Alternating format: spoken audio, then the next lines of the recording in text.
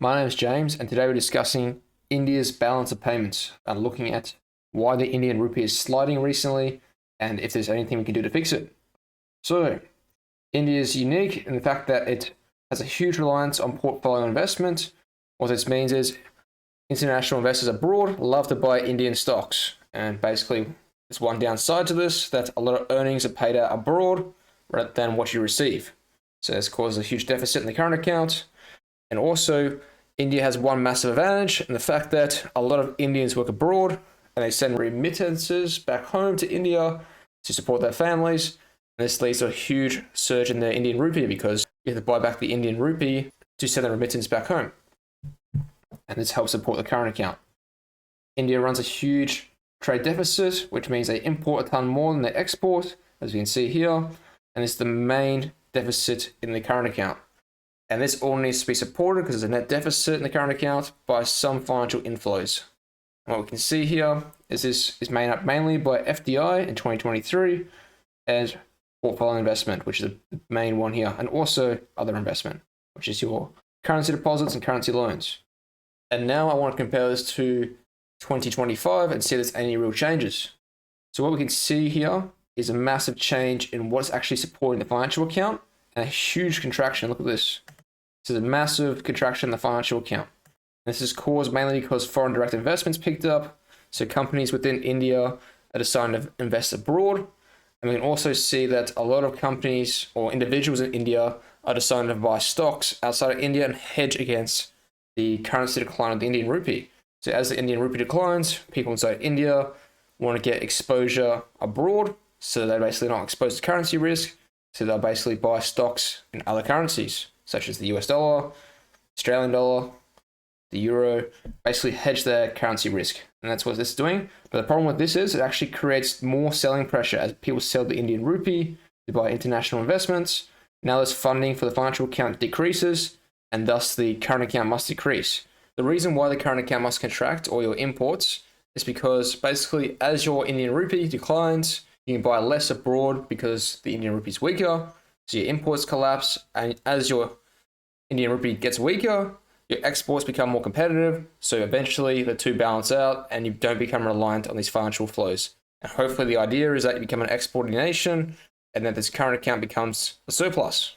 Another thing I want to draw your attention to is the diversification of the inflows or financial inflows. Why is this so important? It's because if one falls or reverses, you still have support from the others to hopefully fund your financial account and prevent a complete contraction in the current account or a rout in the rupee. If we compare that to the United Kingdom, we can see that there's been a reversal in foreign direct investment. The portfolio investment or buying of government debt has really slowed, and they're completely reliant almost on currency deposits to support the financial account. You can see there's no real other support, and they actually rely on derivatives, which can swing hard in an FX collapse. This is why I say India has nothing to worry about, because they have strong diversification of inflows. Sure, these outflows are annoying.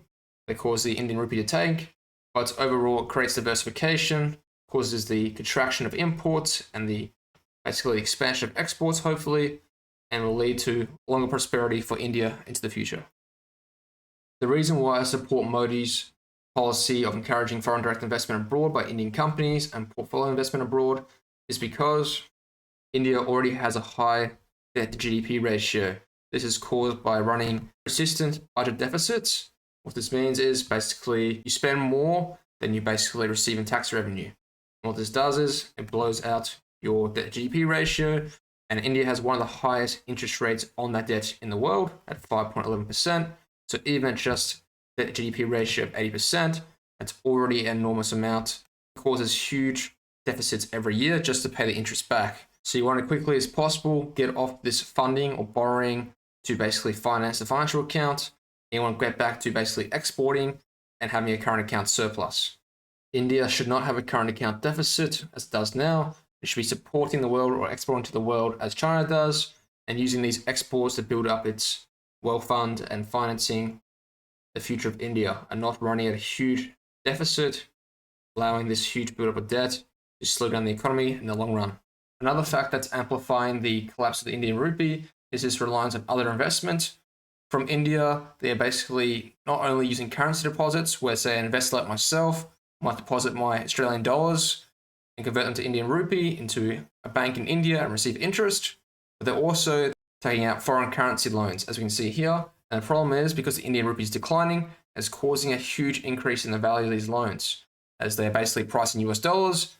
And if the Indian rupee decreases, the value of the payback increases very quickly.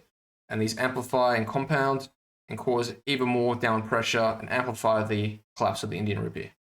And even though this 260 billion only represents about 6.2% or $4.2 trillion GDP, if this FX loans are growing at 15% and India's GDP is only growing at 6%, eventually these will become a problem and cause FX problems, as we're seeing right now with the Indian rupee collapse.